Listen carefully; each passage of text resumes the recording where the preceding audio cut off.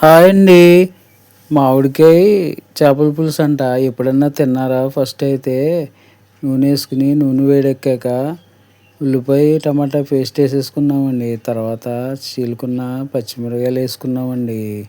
అటు ఇటు కలుపుకుని పచ్చివాసన పోయే వరకు ఉంచుకుని తర్వాత మసాలా పెట్టి ఉంచుకున్న చేపల ముక్కల్ని మొత్తం కూడా సదిరేసుకోవాలండి. చూడండి ఎలా వచ్చిందో.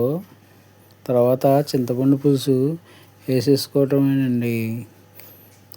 తర్వాత కలిసేలాగా అటు ఇటు దాకని అటు ఇటు కదిలించాలండి. కదిలించిన తర్వాత మామిడికాయ ముక్కలు వేసుకోవాలండి. మామిడికాయ ముక్కలు వేసుకున్న తర్వాత ఒక 10 నిమిషాలు ఆగితే పులుసు దగ్గరికి రాగానే కొత్తిమీర వేసుకుని దింపుకోవాలండి. తర్వాత వేడి వేడి రైస్ పెట్టుకున్నానండి. ముక్క కలుపుకుని మామిడికాయ ముక్క అన్నంలో తింటే సూపర్గా ఉందండి. వీడియోని లైక్ చేయండి.